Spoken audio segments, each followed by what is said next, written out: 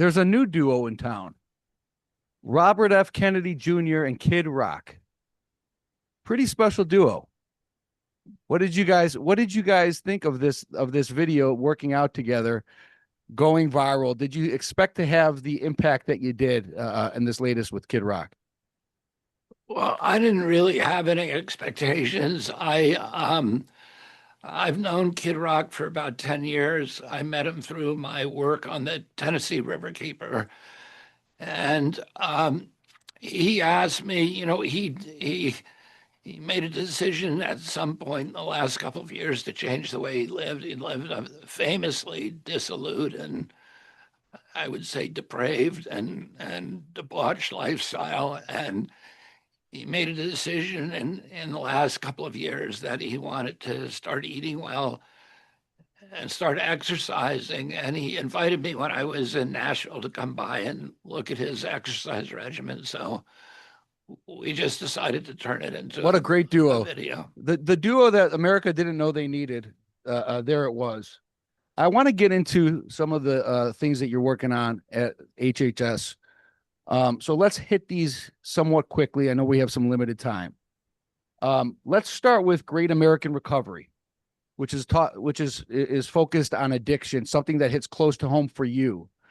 Talk to us about what this act is, and also if you would talk to us. Also, I heard you talk about the Bill Wilson story at a very high level. I thought that was very powerful. Why don't you kind of tell us about Bill Wilson and how it kind of ties into all this? Well, Bill Wilson was, I suppose, the founder of the 12-step movement. And he was a hopeless alcoholic. And he actually joined a group called the Oxford Group, which was a group that was started in the 1920s to uh, recreate first century Christianity before there was any organization, before there was a church hierarchy, when it was just about people meeting with each other and sharing the message of love. And they tried to recreate that in the early part of the 20th century.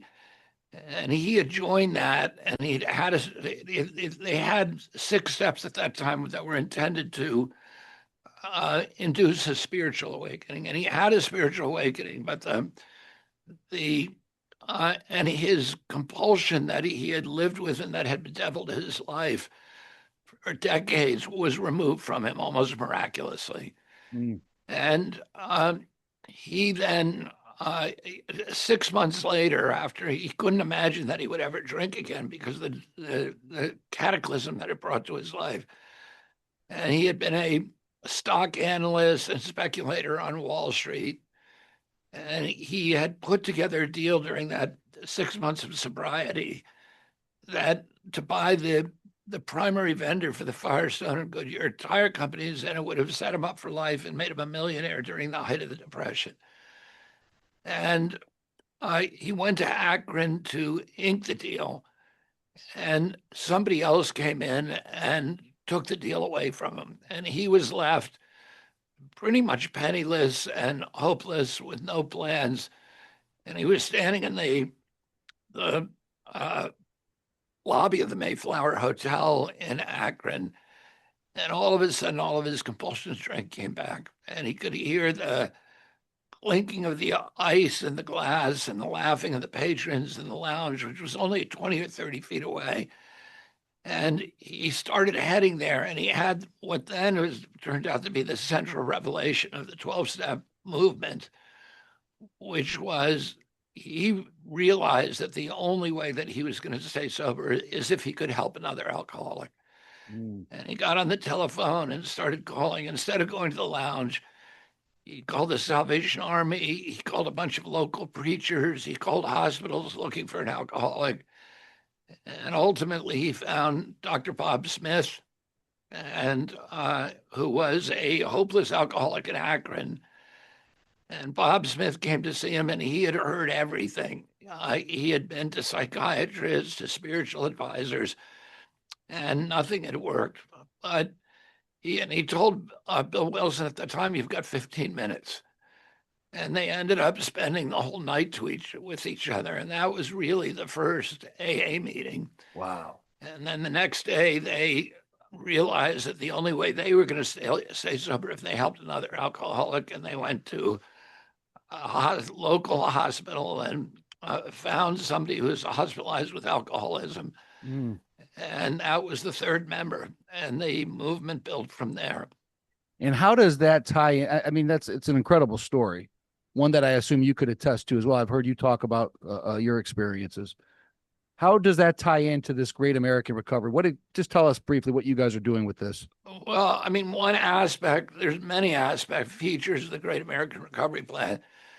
One of those is supporting faith-based organizations, which have been shown time and time again in peer-reviewed studies as one of the most reliable, I would say, treatments for chronic alcoholism and addiction.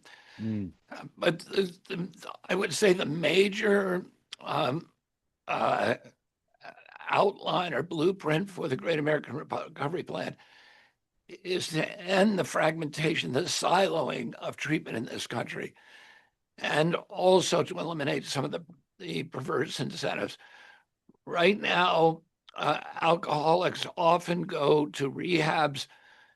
The rehabs are a lot of times owned uh, by Wall Street firms, by large financial houses, and they are in business.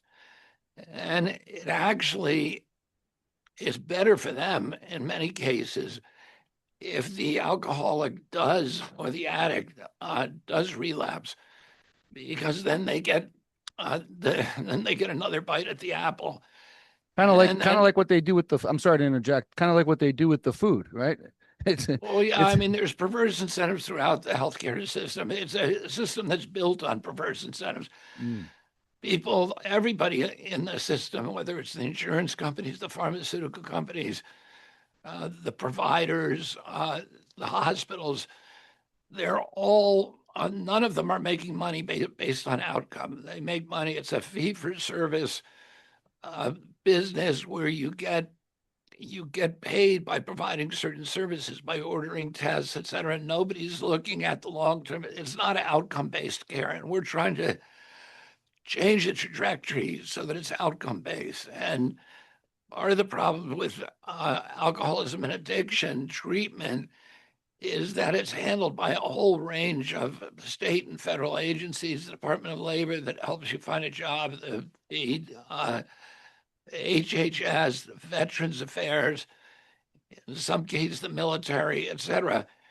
And what we're trying to do is to bring it and HUD, housing.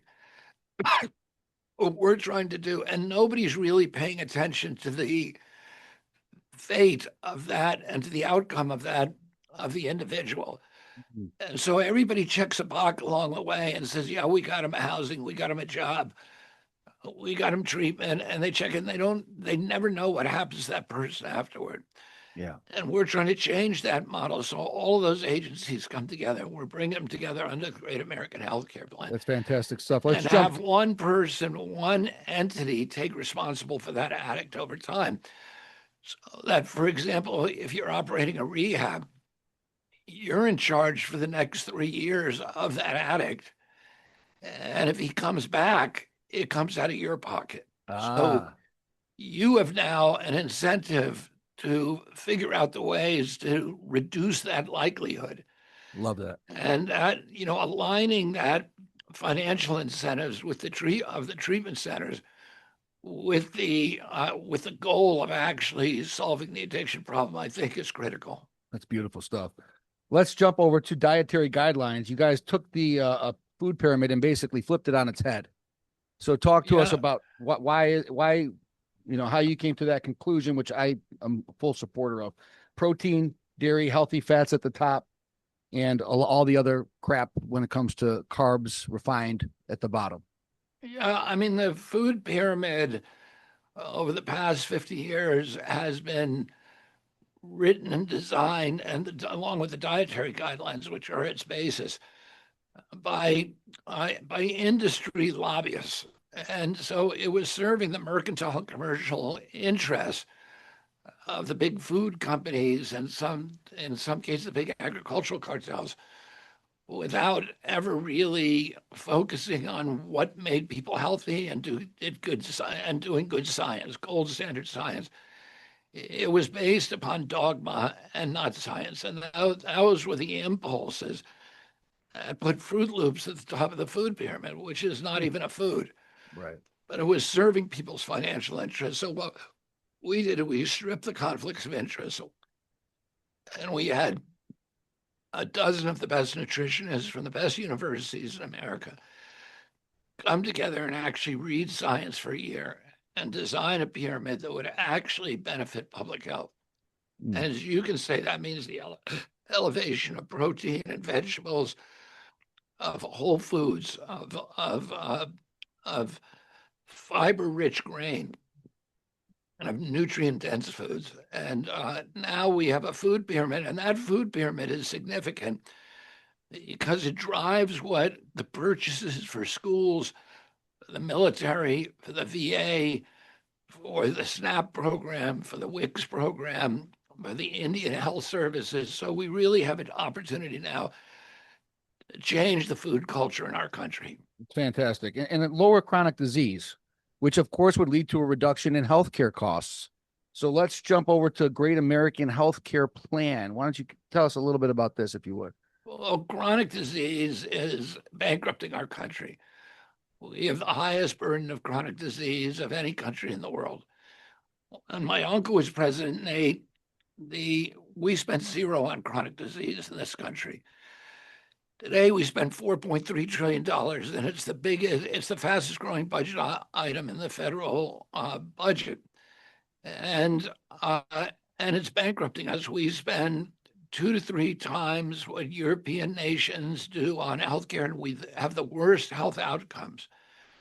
And a lot of that is because of the food we eat, but also uh, other exposures. Mm. And so, we are focused now on ending the chronic disease epidemic, which is, 77% of our kids can't qualify for military service. Wow. And the cost is 40 cents in every dollar that federal taxpayer pays goes to treating chronic disease, most of which are diet induced. And so if we want to save this country, we got to end the chronic disease epidemic. And then that ties in again to this changing the ultra processed foods definition. These all kind of tie in together. Generally recognized as safe, the ultra processed food definition, food dyes. These are all kind of combined. I know I'm being mindful of time here. So first off, let's talk about the definition. Why do we want to change the definition for ultra processed? Well, there is no definition for ultra processed food, and So so we want to implement a definition in the first place. yeah, we want to implement it that way. States um, that don't want kids eating processed food and being paid for in the SNAP program, for example, the food stamp program. Why are we paying for something that's making people sick? 78% of the kids on Medicaid or on food stamps end up on Medicaid, and we pay for their diabetes and for their metabolic disorders and for their heart attacks and for all of these other, uh, diet induced diseases. But we're paying to make them sick, and then we're paying to treat them, and it makes no sense. Uh, but states need a definition, a clear definition of what actually is processed food if they want to discourage people from eating it. Yes. Well, you said something. What, Europe has only 400 legal ingredients in their food supply, and we have how many?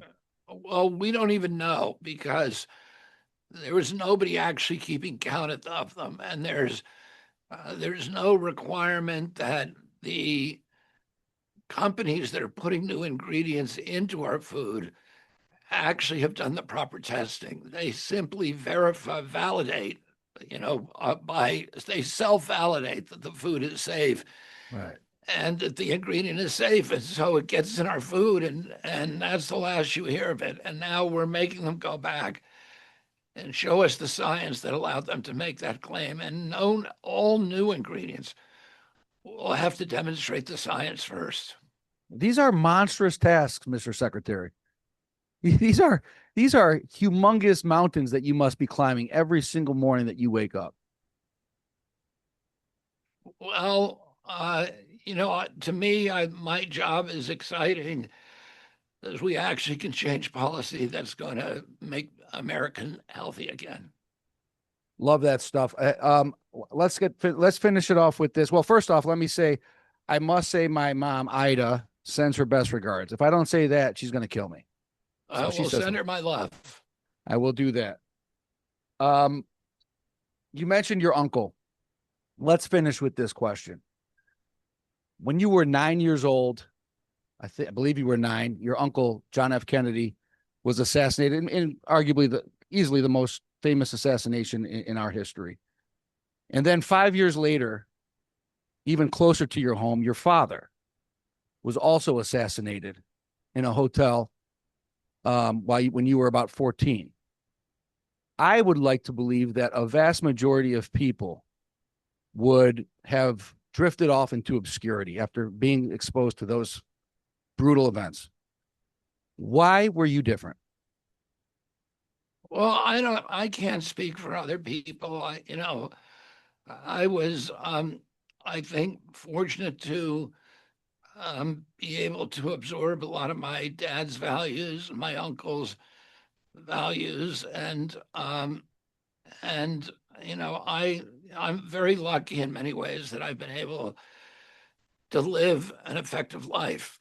Um, as you pointed out, I was an addict for 14 years beginning in my early teens, and I was lucky enough to find my way into recovery, and that experience and the kind of spiritual awakening that's part of overcoming that biological drive um, uh, gave me the opportunity to live a purposeful and intentional life and to be an effective human being. Secretary Kennedy, thank you so much for doing this today, for joining me, and continued blessings to you and your family. Thank you very much for having me, Nate, and give a big hug to your mom and dad. You're very lucky to have those parents.